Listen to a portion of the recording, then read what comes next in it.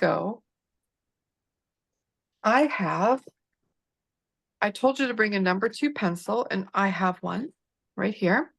Number 2 pencil is an HB pencil. It's really a very versatile pencil. It can go light, it can go darker. We're not drawing things that are terribly dark, so we don't need to worry so much, right?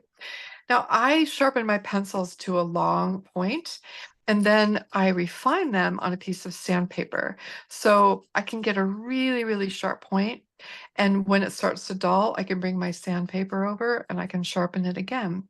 And that point will last me a long time, so I don't have to keep sharpening over and over again. Sometimes I also use mechanical pencils. That is fine too. The other thing that's super important to have is an eraser. I like kneaded erasers. They're really useful for lifting extra graphite. And sometimes I'll use a stick eraser like this that you can sharpen, or even just the eraser on the back of my mechanical pencil, which works really well too. So that's really all you need. And then of course, paper. So I'm going to use a sketchbook. And this is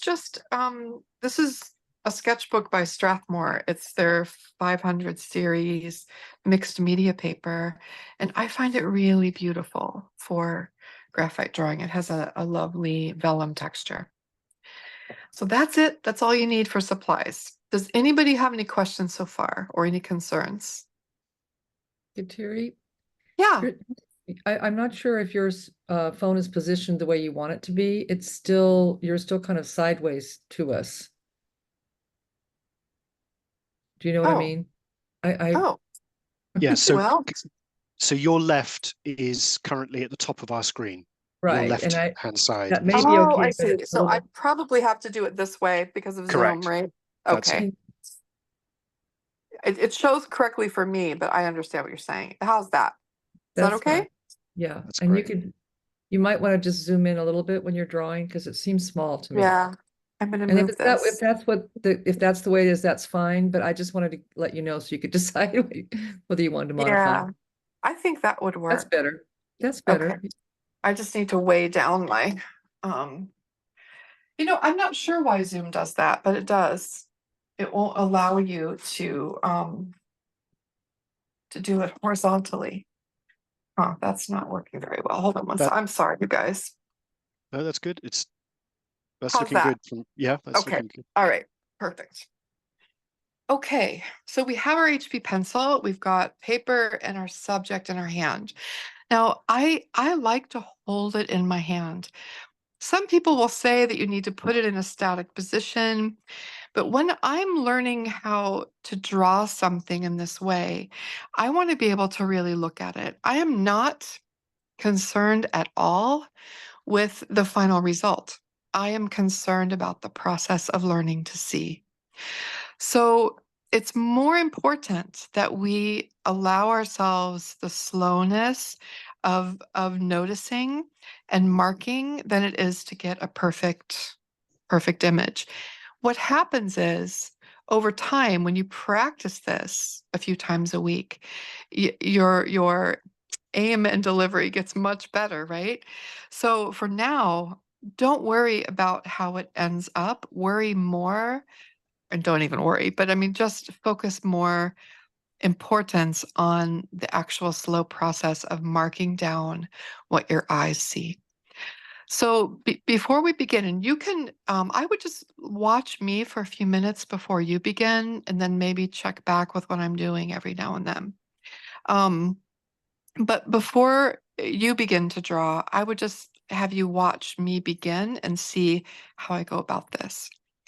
So when I'm holding this in my hand, I want to position it in a way that's pleasing to me. So I kind of like this, right? So it looks like this to you, and I'm holding it up a little bit, so it'll change a bit, but I'm going to try to go back and forth so you can see. So when I begin, I want to begin at a certain point that makes sense to me. So I'm going to start up here, all right, at the top. And I'm just going to put my pencil down and know that that's where I'm beginning. And I just start sort of making marks and coloring in what I see. Now, A lot of times when you learn how to sketch or draw, you learn how to make a big picture and you block things in. So you narrow down like what the shapes are of the item that you're seeing and you're trying to draw, and you draw those big shapes and then you refine them until you get the right proportions and all of that. That's a different process. This is what we're doing right now is we're learning to see, right, through drawing. So, and that is what Ruskin told us was so important. I can't quote him directly, but he said that he would rather have his students learn to draw so that they learned how to see nature than to learn to see nature so that they could draw well, right? It's all about learning to see. So I am just moving along. I'm right around here, right?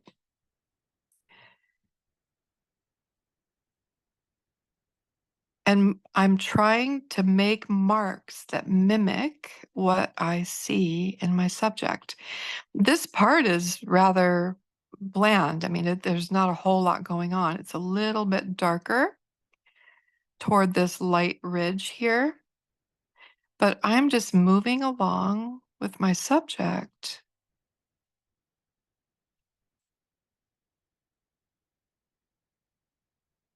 and marking down what I see.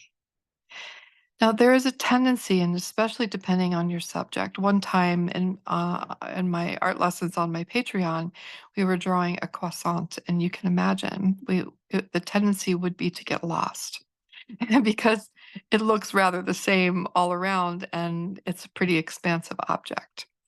And when I get lost, it's okay because I just go back to something that I recognize, like this little bit right here, which I put in right here. So I can just always go back to something that I recognize and just start again, find my way back to where I was. And I get lost all the time. So if that happens, it's okay. So I'm coming down to like this area here, and I see this white or lighter space. And so I want to make sure that I kind of get that in there. And sometimes I'll just go around something like that if I want to save it. And then there's this very, very thin light line. So I'm going to kind of go on the other side of it and create the darkness to the side of it. Okay. Then I'm just going to go right back to where I was. Now here I see it's a little bit darker, so I can add in a little bit more darkness value.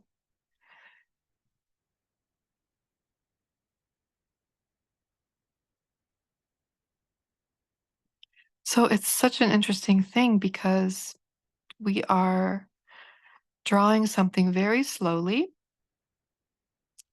just by really looking at it carefully and trying to mark down with our pencils what we are seeing in that moment.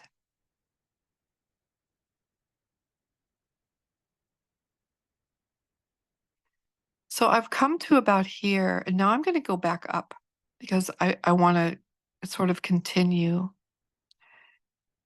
So I'm going to come back to this little area here and fill in any little marks that I see in there.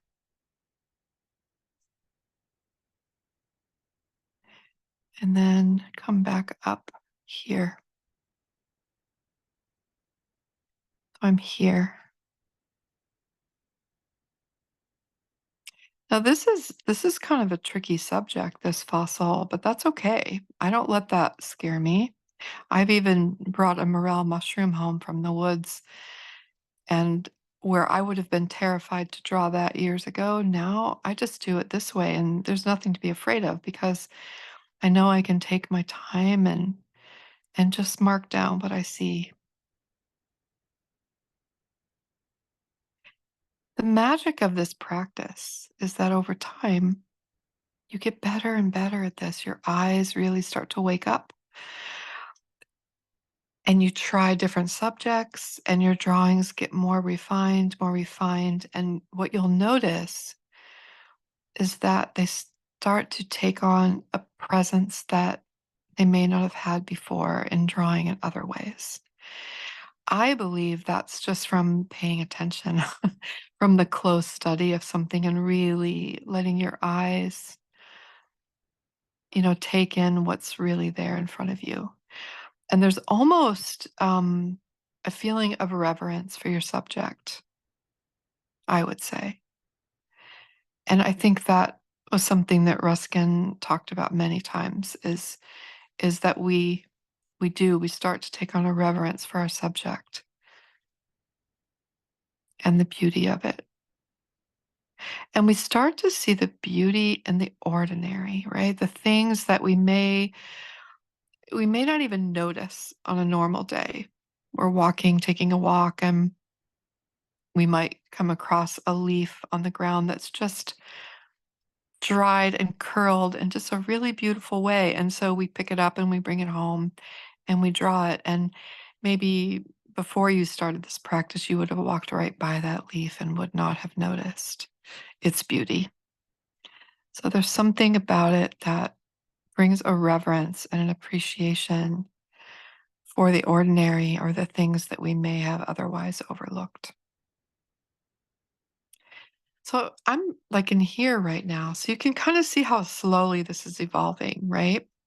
I'm really taking my time and just sort of moving around this object. One thing you might find when you work this way is that your object might be longer than it is in real life, or might be wider, or you might have missed something. That's going to happen. That's totally normal. So I don't want you to worry about that. I want you to focus on going slowly and just marking down what you see. So I think it's a good time for you to begin yours. Um, and then every now and then just look and check in and see what I'm up to. And if you have questions that come up or things you want to know about, feel free to ask. But we can also just work together in companionable silence too, which is nice. But please ask any questions. This is something we learn by doing um, more than anything else. So I can tell you all sorts of things, but unless you do it, you won't really learn. So it's best to just jump in and know that it may only take, half an hour to draw something like this, but it takes many times to start to feel like it's your process. And y- you know, I just I'd rather see you do it once a week and do it really well, and really take your time than just have a couple minutes and do it quickly. So ideally, it's something we do every day, but it doesn't have to be that way, right?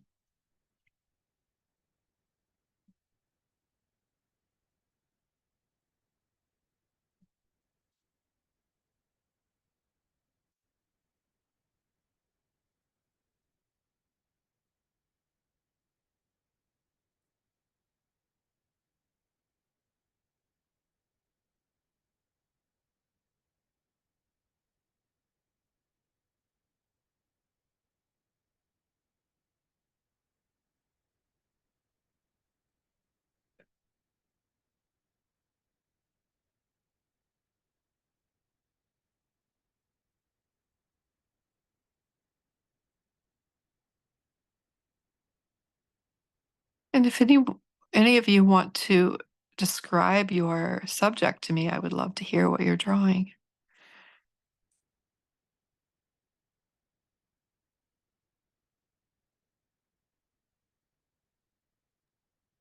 Hard to talk while concentrating.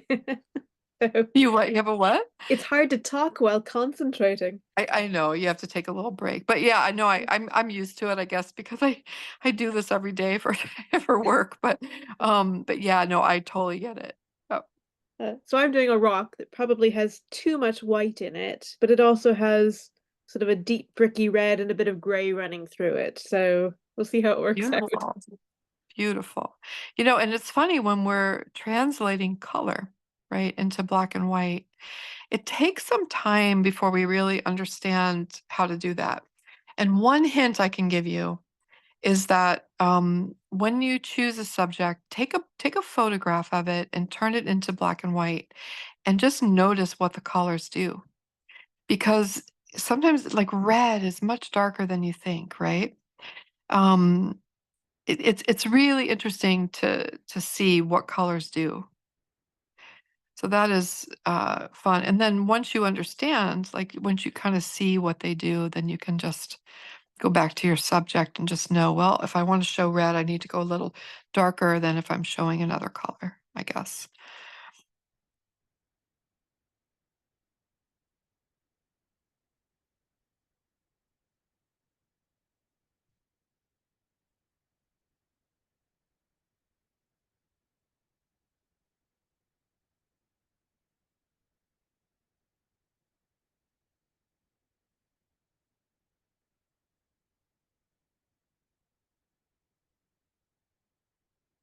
Anybody else want to tell me what they're drawing?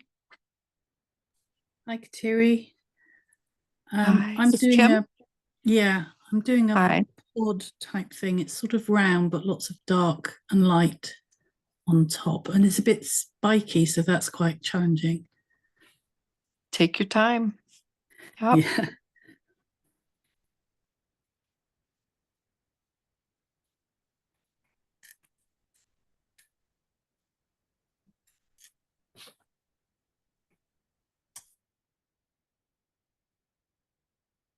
Our air conditioning broke, and it's going to be in the 90s, which is really unusual for here.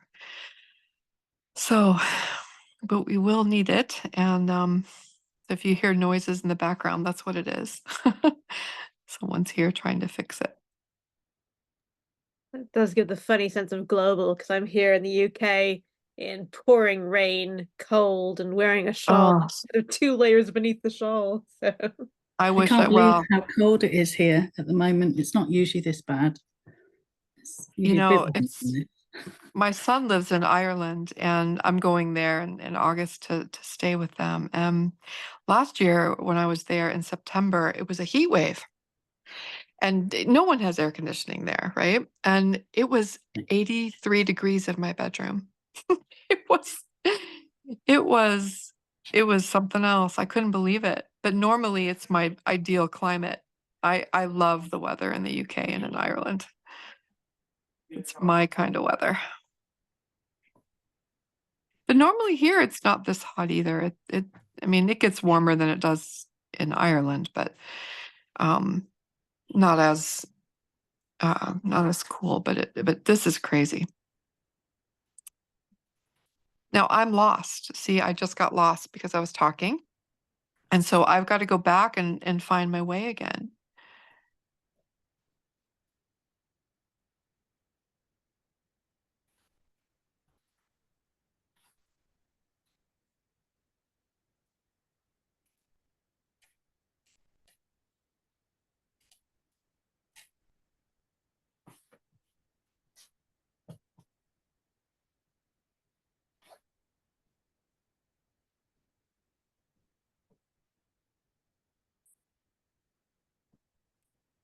Has anyone here never drawn before or never, is it your first time?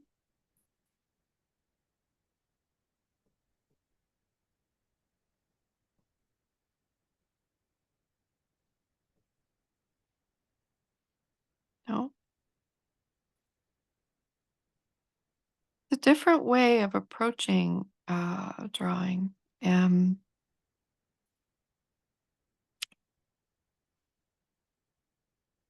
Doesn't really replace other ways, but it's something, I guess that the goal of it is different, right? We're teaching ourselves how to see, which will improve every kind of drawing that we do,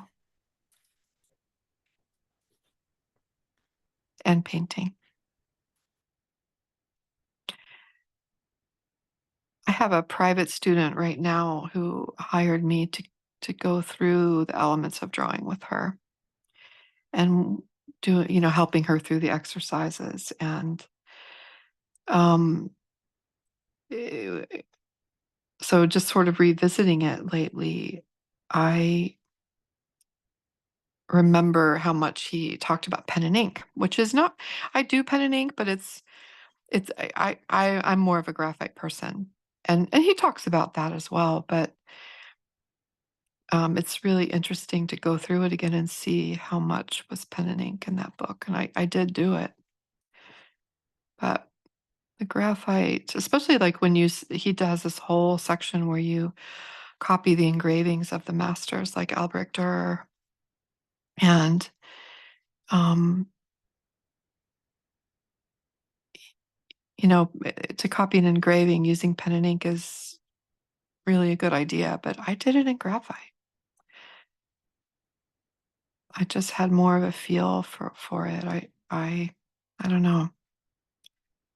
Something just really wonderful about it to me.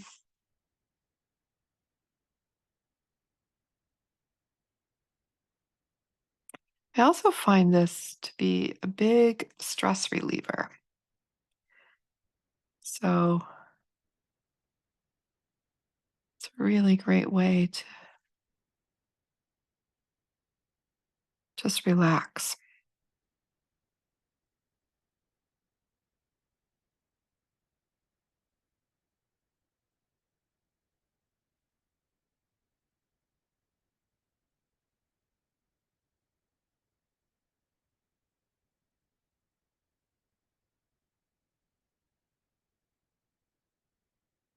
Sometimes I'll be looking and I'll see things from a different perspective and see the word that I want to make something darker or lighter, and I just go back and do that.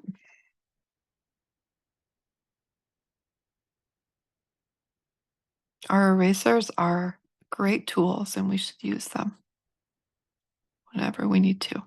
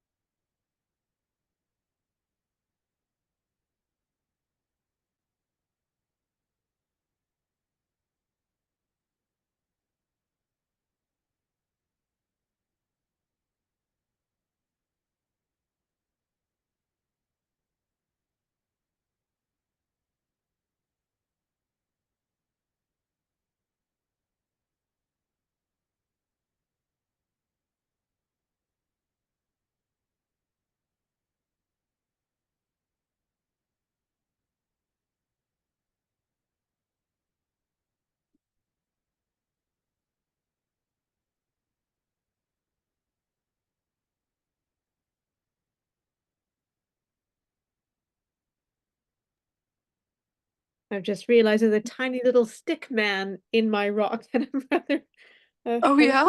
by finding a tiny little, it looks like a little, like the way a child would draw a little stick man. And there Oh. it is on the rock. Very cute. Yeah, sometimes just slowing down this much to really look at something, we see things that we would have totally missed, that we would have never seen before. It's interesting.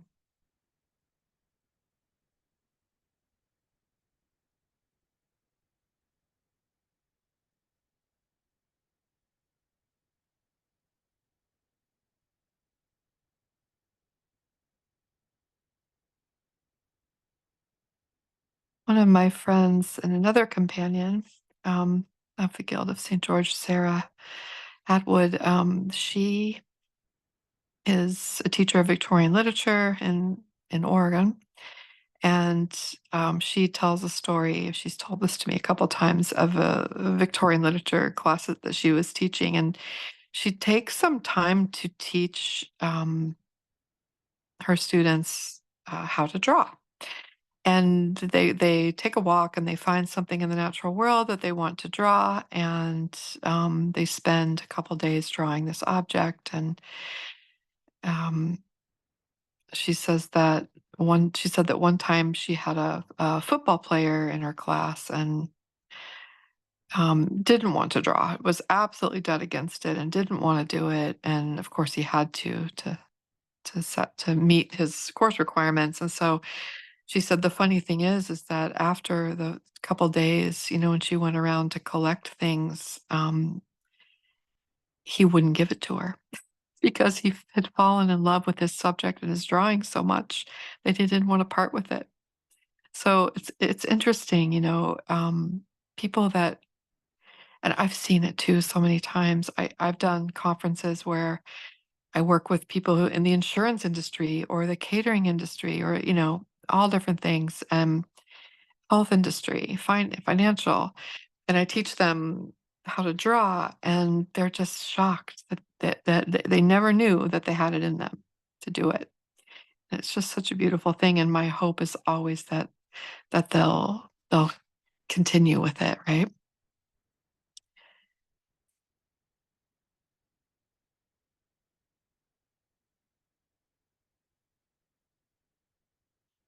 And see where I need an eraser.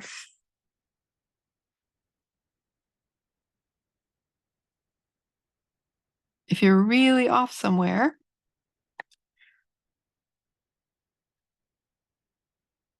it's okay. If it's going to mess everything else up, you can go back. It's not, it just depends. If it's really not a big deal, then sometimes I won't. Um,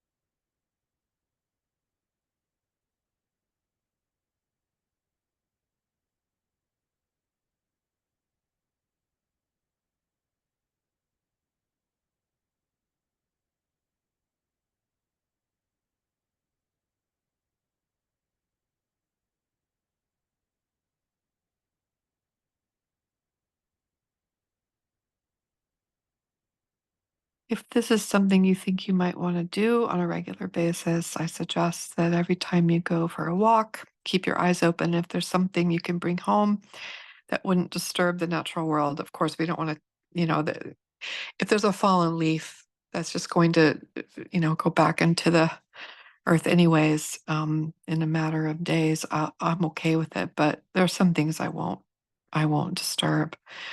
And you just have to know what those things are for you. But um, start bringing things home and collecting things: seashells, rocks, leaves, seed pods, dried flowers, all sorts of things, and create like a little bowl for yourself. And then you always have a subject. You can just pick one up and start to draw.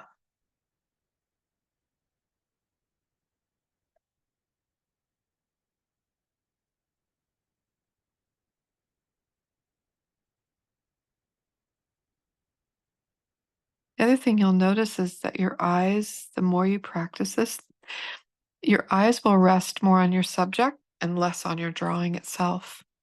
You'll start to notice that you're drawing without even looking at your paper. And that's a pretty cool feeling.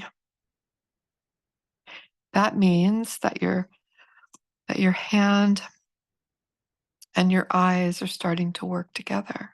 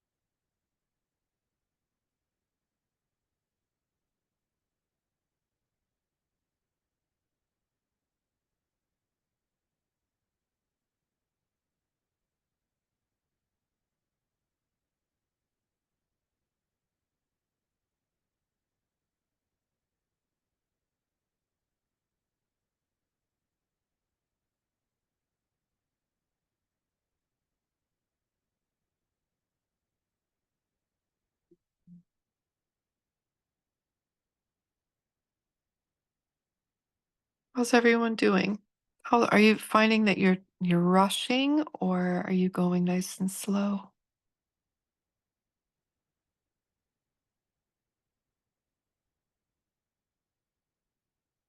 Or you're concentrating so much that I'm can't. constantly having to tell my hand to slow down. Yeah. Well, that's really normal. Yeah. That's really normal. Yep. Um, I'm having to this stop is the complete thing. you So what? that, What's that? shape. I'm having to stop myself from looking at the complete shape to draw. I'm having to rein back on just rushing ahead and Yeah. Yep. doing it the normal way of drawing. Yep. Uh, That's especially if you're used to drawing and you're someone who might, like, if I were going to draw this, right, I see a circle and then I see a little triangle. So I would draw the big shapes and then start to narrow it in and everything. If you're used to drawing like that, this is a challenge. yeah.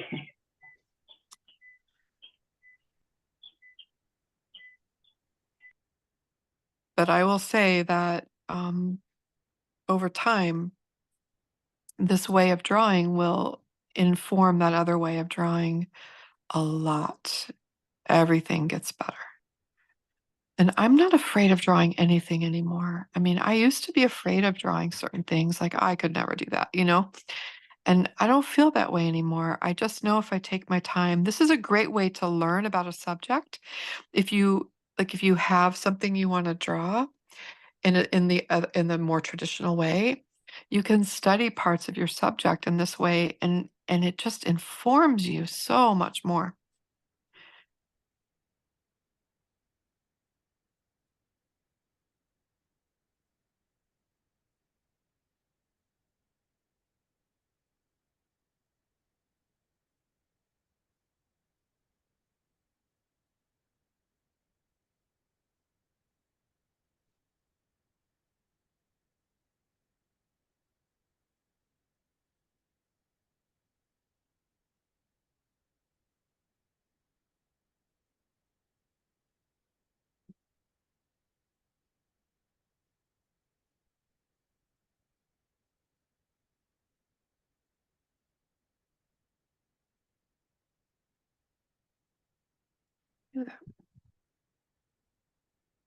I got lost again.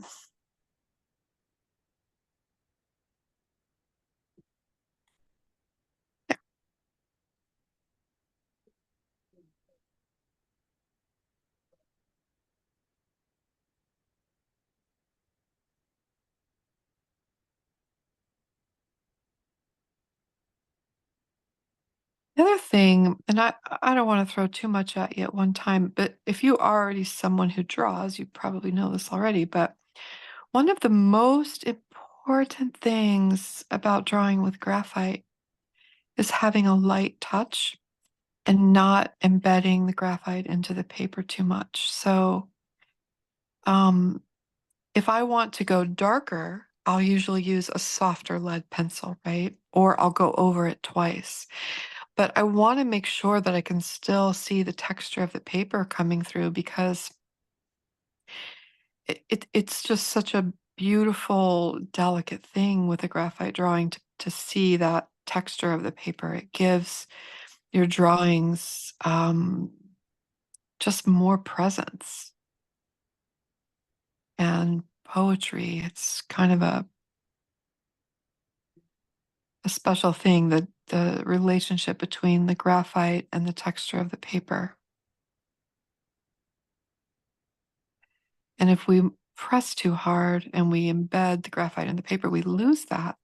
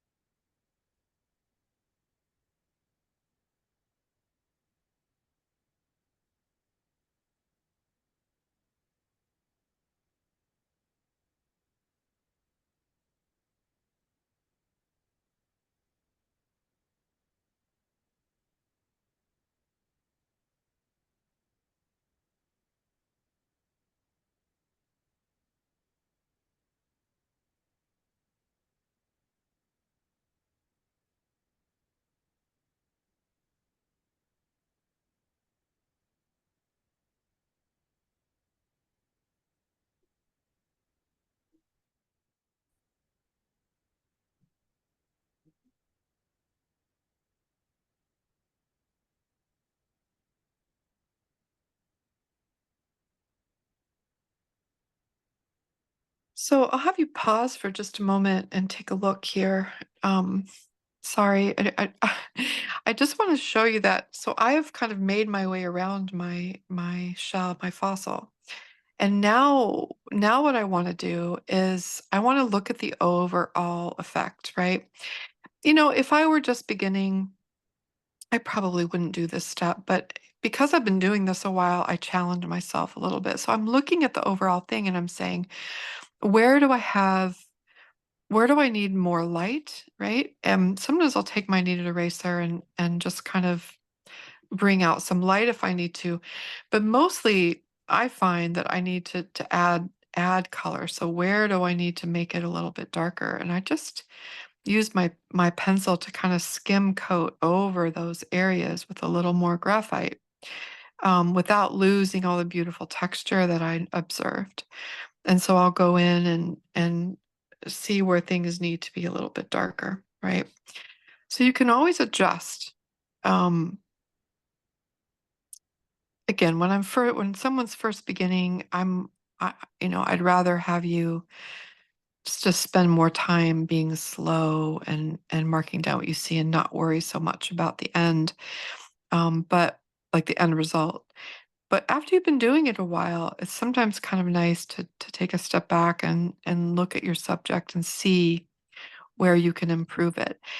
I'm not going to change the shape. Like I see where I'm off in places, right? I've got this equidistance, in the center, and it's not really. It should be a little bit over here. I'm not going to worry so much about that. But I do like to notice where things are darker and lighter. And sometimes I'll go back in and improve that a little bit if I can. But overall, when I look at this, right, I see a really tenderly drawn documentation of my experience of this fossil. And that's what I'm after. I have done slow work, and I've learned about the intricacies of this object of nature.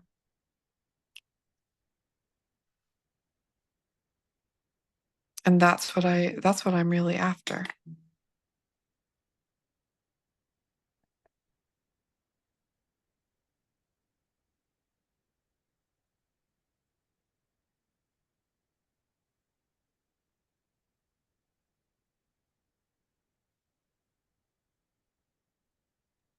Kateri, I can see what you're talking about in terms of the presence and the reverence Mm-hmm.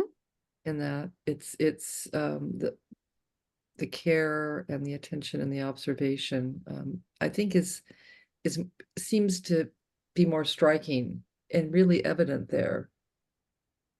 And I know I could see a drawing that someone else has done and it would represent the shape and all of that, but I do feel like there's something more there. Or it's just Yeah, that you're a darn good artist. I don't know. no, but it's really not that though. It's the time spent, right? Mm. You know, I don't, there aren't many other things to compare it to, but let's say you're a gardener and you have a fruit orchard and you've tended this beautiful peach tree for several years now, and it's finally bearing fruit, and you watch it every day for when it's like the right time to pick it, and you pick this perfectly luscious ripe peach, and you don't just go in and devour it. you know I mean, at least I wouldn't. I would be like, maybe it was the only one. Like this year, our asparagus bed, it's just not quite ready to just have a whole meal from it. So, I mean, we've truly picked one asparagus and cooked it perfectly and sat there and ate it between the two of us and enjoyed it. So it's kind of like that, it's kind of like just spending the time to really appreciate something and and to comb over it with your eyes in a reverent way, and to appreciate its beauty. I mean, I look at this, and if I hold it in a certain light, there's a patina on it, and the way the light is coming in my window, I see magenta and peach and green and blue and violet, and like the whole prism is within the nacre on this object. And if you know, without me really spending the time to look at it, I probably would have missed that. I don't know why it's important to me. It makes my life better when I take the time to appreciate things. And I think it makes me a more aware person and a gentler person and a more tolerant person. And I just can't help believe that if more people took the time to do activities like this in their daily life, even if it wasn't every day, that we would be better all around. I just, I don't know. I'm a dreamer, but I, I don't know. I can't help but believe that. I think most Ruskinians are dreamers, don't you think?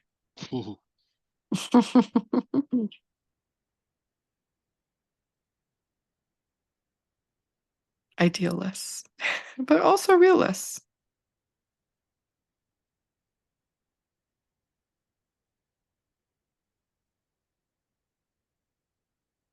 And to say a little bit about drawing in this way, teaching you about reality, to see reality better.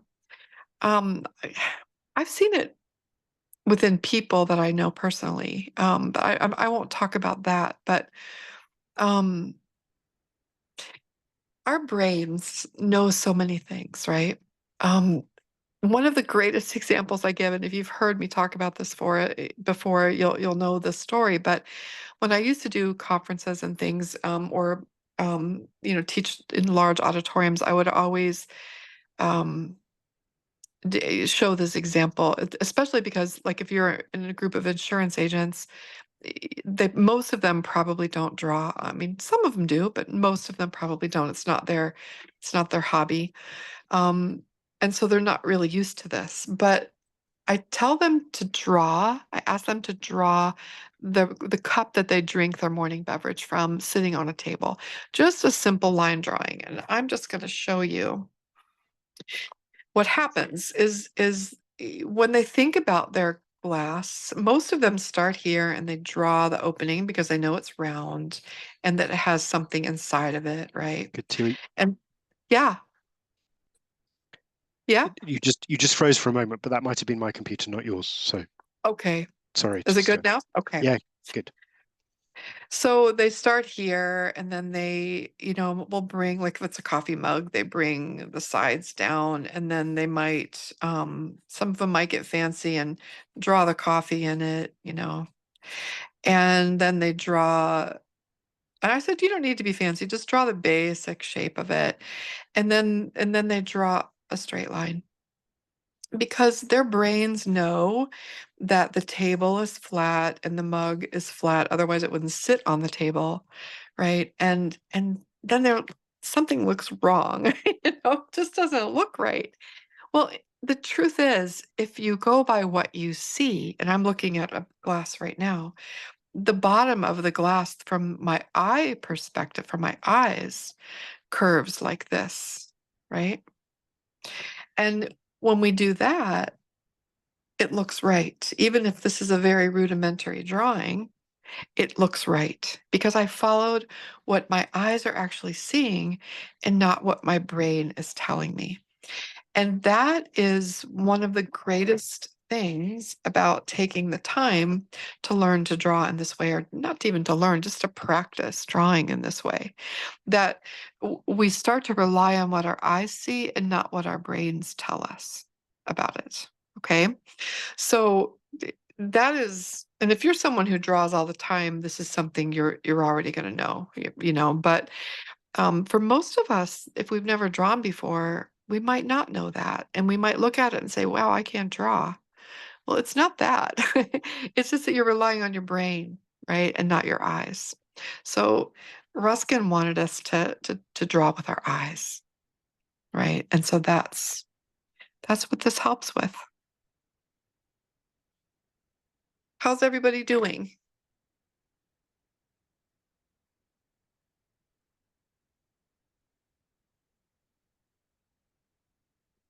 coming. I'm not done yet, but it Oh. is coming. Yeah, good. Well, you take your time. I might start something else.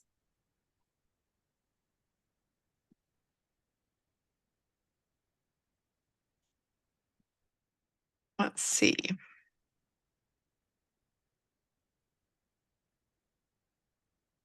Mm, My friend sent me some pebbles from Rome. I think I'm gonna draw one of those.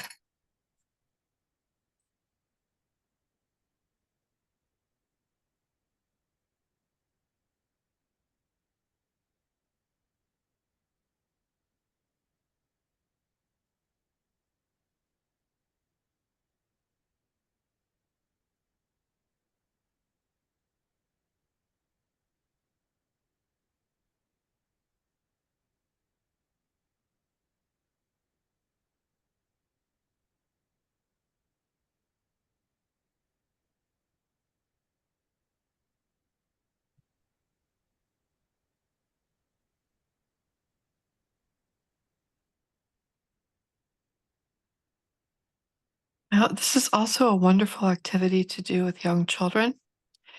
I believe that this is how we should teach children how to draw in school.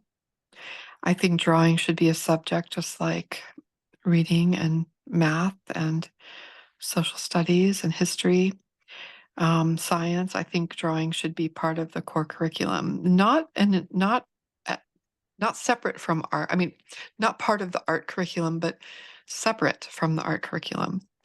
And I think it can be used in science. It can be used everywhere. So I just think it's a skill all people should have. And I think this is a great way to teach it.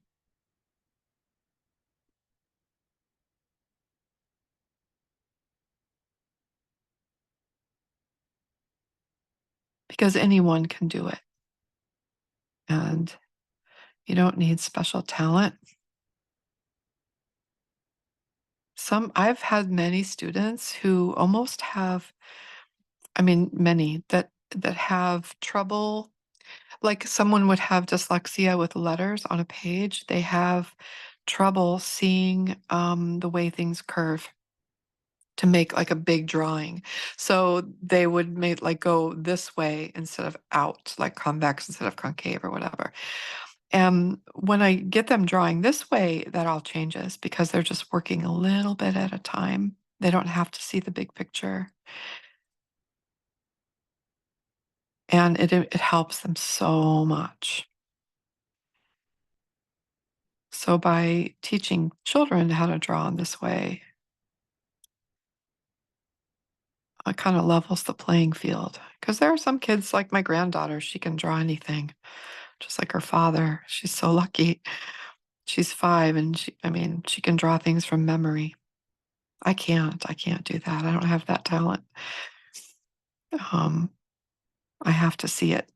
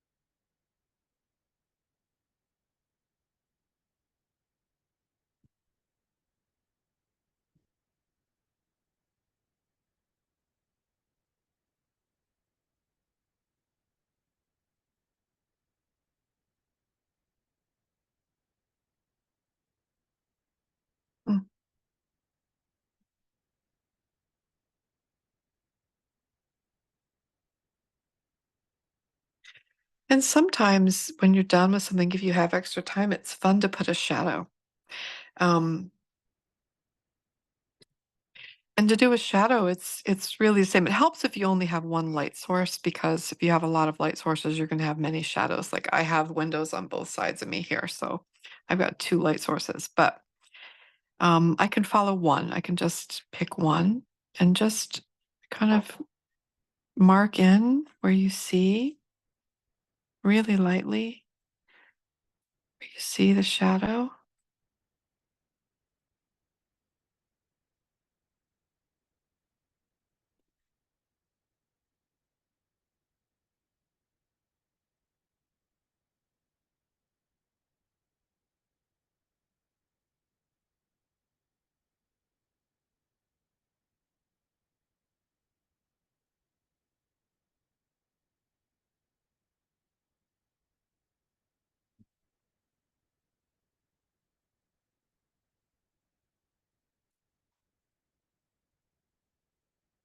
And then pay attention to where it's dark and where it's light and kind of make those adjustments.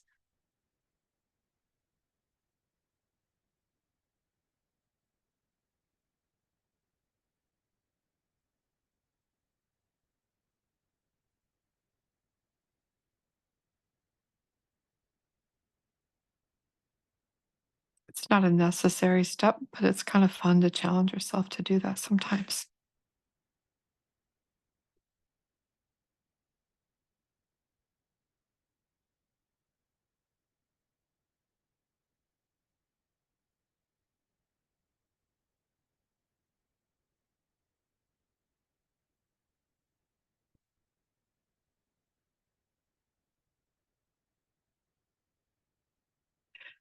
I have a little tool.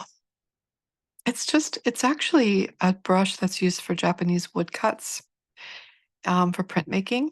And it's just this little stiff, it's such a beautiful thing.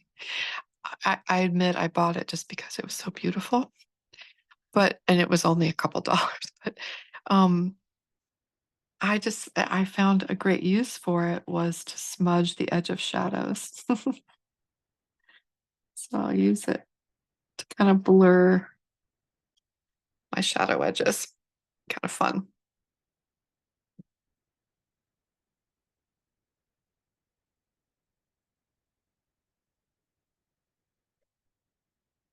See if I can find something else.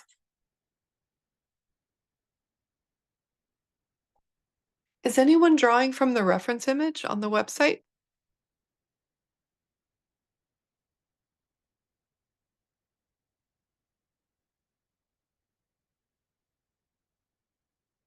Oh, I'm going to stand up and find another subject.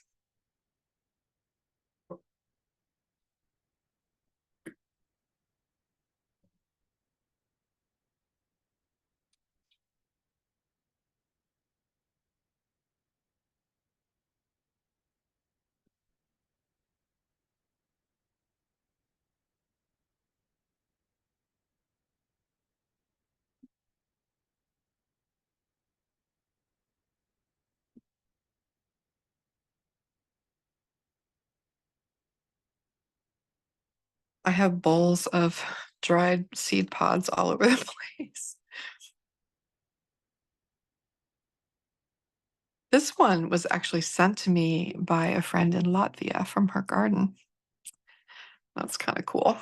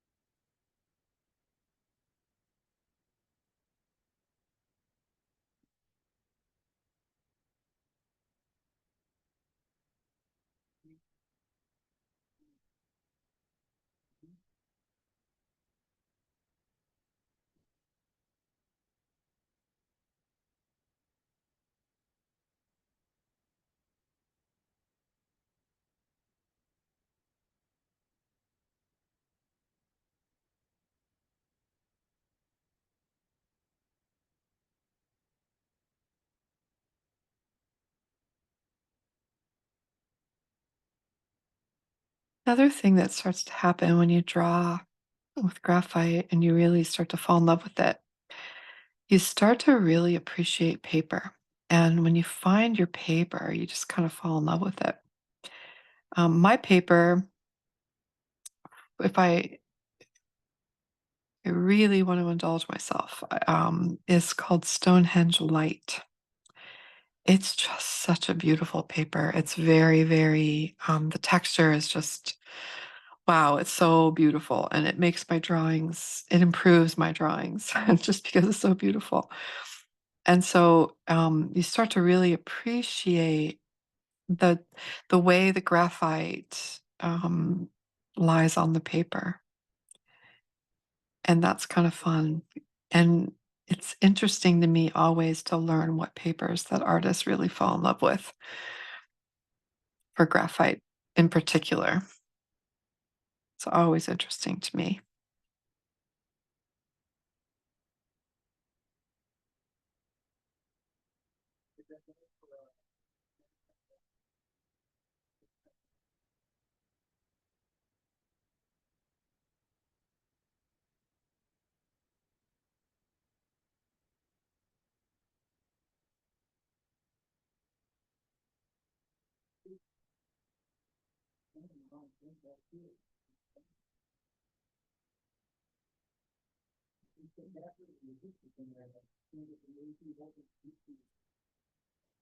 Trying to hear them talking about my air conditioner and it's not sounding promising.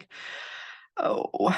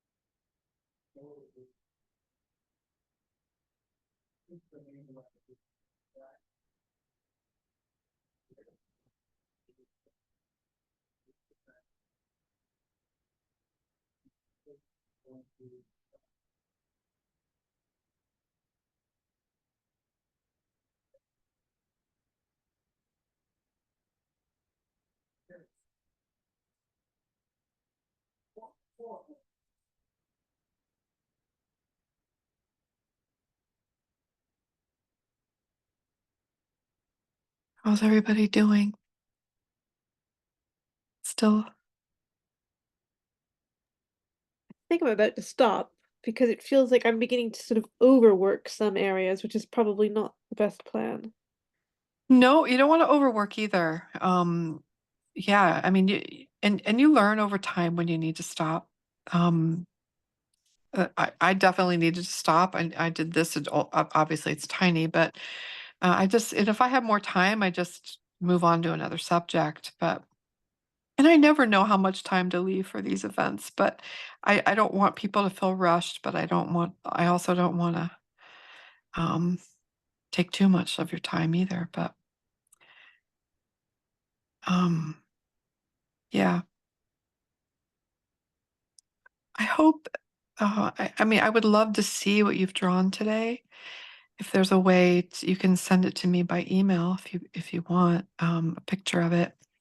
My email is just kateri.ewing@gmail.com.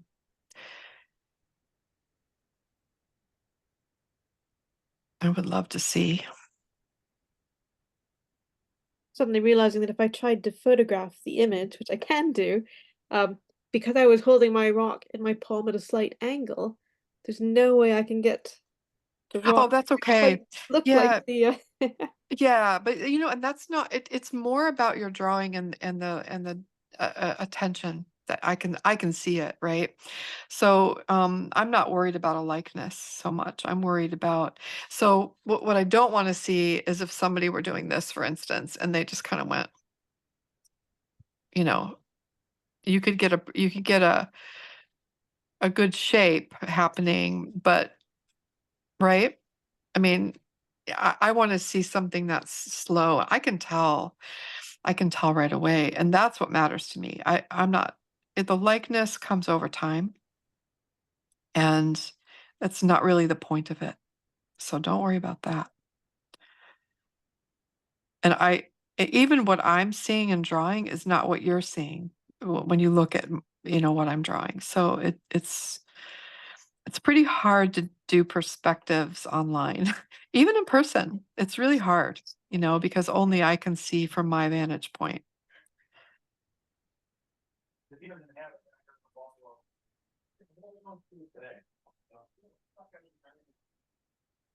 Oh, it doesn't sound good.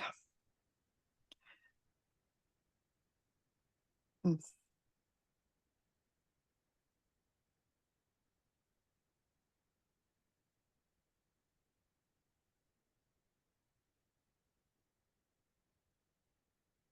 'Cause how many of you have finished with your subject? I think I'm just about finished. I realize I keep talking and I haven't said who I am. I'm Rachel, which I think Kateri you figured out, but everybody else might not know. So. Yeah. Yeah, I think I finished mine. Okay. Do you mind, Simon, if I leave again and then come back on my computer? No, sure. Okay.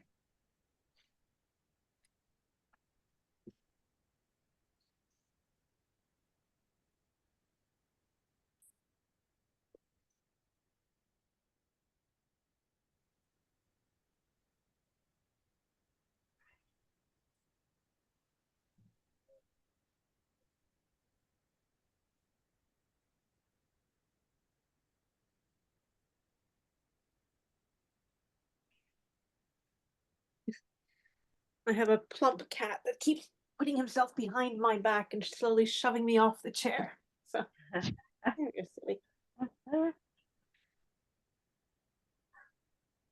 I know you were very comfortable, but my back was hurting.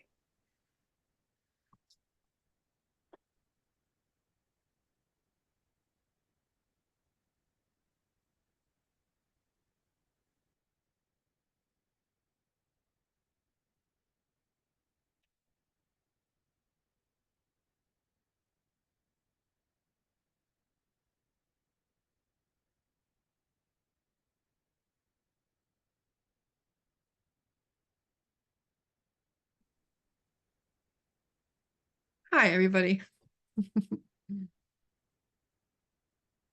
All right. So would anybody like to show me what they drew?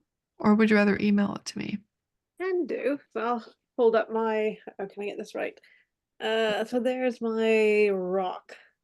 Wonderful. Oops, great. Yeah. Sorry, cat was on my lap and fell off. Sorry. Anyway, he's gone off in a huff. Yeah. Do you think this is something you'll do again? Yes. Yeah, because Mhm. it is very relaxing. I suspect what I would do is set myself a timer so that I know I can just lose myself in it, but also not accidentally spend far more time than I intend to. I Yeah. think you could Yeah. actually just get sort of caught up in it. So. It is very zen, Mm. lack of a better word, It really is. It's a form of meditation. For sure. Mm. Yeah. There's another artist that I learned a lot from. His name is Frederick Frank. Very, very different approach from Ruskin or Wyeth or any of the other people I've studied. He was actually a surgeon, and he was a Dutch surgeon. He lived in New York, though. And he had a way of drawing that he called seeing drawing. And I've adopted that word because it's just basically what it is. And he talked about drawing as a form of Zen meditation. And it's true, when you're really absorbed and being present with something and then being so, like this, you can't be anywhere else, right? Mm. It's wonderful. Anybody else have any thoughts or questions? Go on, share. No. I was struck. I was drawing a kind of dry berry, and as I started to really sort of concentrate on it, I was thinking of, I mean, Ruskin never says it in so many words, but kick over a pebble and just draw that before you attempt to go out and, draw the Matterhorn or a great cathedral or whatever it is.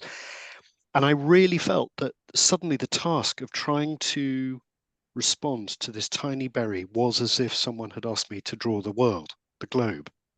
Mhm. It had that much complexity in it and gradation, and it was like, oh my God, this would repay infinite study.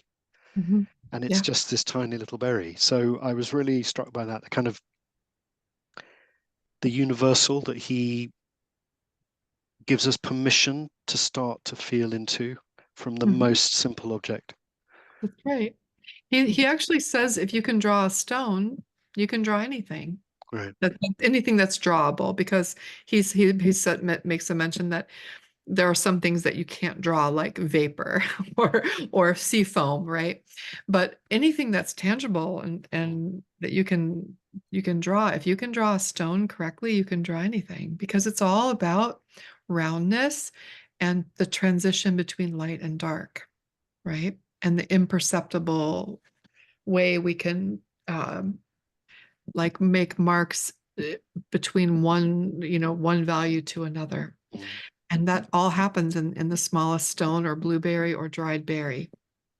It's true. Yeah, very true. Kateri, Yeah. My go experience ahead. was quite similar to Simon's, because when I was looking, I drew a stone as well, and I started thinking, it reminded me of like mountain ranges, and I was thinking of sorry? Oh, It's gonna blur out, so I can't see it. Yeah, I was when I started looking at like all of how the colors were, and then it looked like ridges and the little valleys, and it just made me think as if I was drawing like a whole mountain range. Yeah, yeah. sure. Oh, that's wonderful. Yeah. Mm. Wonderful. Yeah. Yeah, no, it's true. I mean, we can who was it? Yeats? To see the world in a grain of sand. Is that right? Mm. Yeah. When we look really closely at something, the other thing that happens is that we see how nature repeats itself in different forms, right? Like if we draw an oak leaf or a maple leaf, sometimes we can see the shape of the tree in the leaf. The way the vein patterns go is the same way the branches might grow. So we can start to see these things and make these connections that we wouldn't have before. Mm. It's really wonderful. Yeah. I tell you, walnut's a really good subject. If you can get some walnut shells, they're fun to draw. That's also like mountain ranges and valleys. And we learn how to shade those things, right, in a small way. And then when we're confronted with a true vista of mountains and valleys, we remember how we shaded that walnut, and it's the same. Yeah. Anyone else? I'll go. Oh, go ahead, Kitty. I did a stone, and this paper, as Kateri was talking about paper, I do sketches on this, but when I'm really trying to do, I want it to be a good sketch. I had trouble because my light was changing in the room, plus my little thing folded up like this, and I wasn't getting the light that was near, so it was getting darker and lighter. I was having trouble figuring out what I was trying to do. And I did finish because I probably always go faster than I should. And I tried this next, and I don't know if you can see that, but it's very complicated. And I was going along and feeling much better about drawing this because it interested me more. But then I started going fast because we were kind of seeming like we were drawing towards a close, and it's so easy to go fast anyway. But I must say, I have no idea how to get all the little green bits and show, because I don't think you can quite see it here, but they're It's moss, right? Lichen. yeah, little moss and Yeah. different. It's really very interesting. Lots of different, but how it so I don't Very even worry about that. Yeah, very slowly. And there's another thing we have to remember is we can only draw what we can see, Right. right? And so we don't want to take a magnifying glass to it, right? We want to hold it at a comfortable distance and draw what we see. So for that, it's mostly the shape, like the outline of where the lichen is, and then a few of the shadows that happen, but you Below can't it, get to a microscopic level with that, right? it's really easy to want to because you know that there's so much going on in there, but we can only draw what we can see. If we start doing more than that, then we get into trouble. I also felt like I felt like when I was drawing that I was being precise in terms of just being like drawing what I was seeing. And then I don't know if my lead got not sharp enough or if it was the paper, but I would go back and, when I looked at it again, I thought, oh my, this is really kind of smudgy mushy when I was thinking I was having this kind of precision. So I don't know if that's the effect of the paper or my pencil or just my experience. Yeah. Usually with an HB pencil, we're okay. It's not too soft. If we go too soft, we're going to get smudgy pretty quickly. And some papers hold a crisper line than others. The other thing is sometimes we're rubbing our hand on it. We don't even realize it. I know You know? that's, yeah. Yeah. Well, you'll get up from your drawing and you'll have graphite all over your palms. So those things just, they get better over time. But remember that when I'm drawing this way, and trust me, sometimes I'm done and the drawing just takes my breath away, truly. I mean, it's like beautiful. Other times it's just whatever. And sometimes I really get lost and it doesn't work. And it's always different. But the end result is fun to see. And sometimes it's miraculous, but it's really about the process. It's a way to train yourself to learn how to see. And that's all that it is, right? So these things that I do are in my sketchbook. They're not, like I'm not framing them, right? So it's just an exercise. And if we smudge one, it's okay. It really is fun though, just to see the lines and like you were talking about the mountain, and the little seed, how they turn into all of these other things. It's really all inherent in that one little object that we're holding, and the time and the space out of time when you're doing it is really valuable in itself. So I totally agree. And the other thing is when we draw this way, we start to develop our own lexicon of marks. We have our own style of mark making. You're not cross hatching, right? I mean, cross hatching is its own language, but we're developing our own way of making marks. And that is really special because no matter what you're doing, if you're painting or you're drawing in a traditional way or whatever, you want to have that language. That's what makes your drawings unique. And I find for myself that my mark making abilities have improved so much from this kind of drawing because I'm truly trying to make the mark that I see in front of me, and we're all going to see it differently, right? So it's sort of giving us our own language, our own mark making language. I think about Sarah Simblett, who is a teacher of drawing at the Ruskin School of Drawing, actually, at Oxford. And if you ever look at her pen and ink drawings, I mean, they are breathtaking drawings. I mean, they're just unbelievable what she does. And she'll do an entire forest. I mean, it's just remarkable. But if you look at her marks, they are so unique to her. And I can only imagine that developed over many, many hours of closely observing and marking down exactly how she saw something. She's not cross-hatching. It's pretty amazing. So if you can see some of her drawings, I highly recommend studying them closely. And if you live anywhere near the Ruskin School of Drawing or the Ashmolean, you should go visit and see her stuff because it's pretty amazing. Yeah. Yes. And Andrea? Yeah. Yeah, I just wanted to say that I'd really enjoyed this. I've not really drawn in a concentrated way since school, which was obviously quite a long time ago. And I've been pleasantly surprised, quite I drew poppy seed heads, and I'm a gardener, so I thought I knew exactly how a poppy seed head looked. And I was surprised to find they had little prickles on the stems. And yeah, I notice things in the garden a lot. I don't necessarily put them down on paper. I'm appreciating them as I see them. But this is a different way of appreciating things, isn't it? And that was very pleasant to me. Yeah, that makes me so happy. And as a gardener, I mean, when you have the perfect environment to go sit in your garden, with a drink and just sketch, I mean, I yeah. know, but I always spot the weeds then. Hey, weeds are beautiful too. Yes, Draw the absolutely. weeds. Yeah, draw the weeds too. Yeah, great. Should be I, a new slogan. I had an exhibition in 2018, I think it was, and I had 4 paintings of weeds, and they all sold.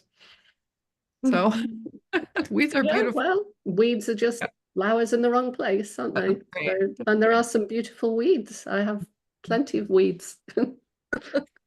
Exactly. Anyone else? Okay. Well, I hope Well, you continue on. Go ahead, Simon. well, it's perfect because it's just after 5 UK time, which was very much as we imagined it would be.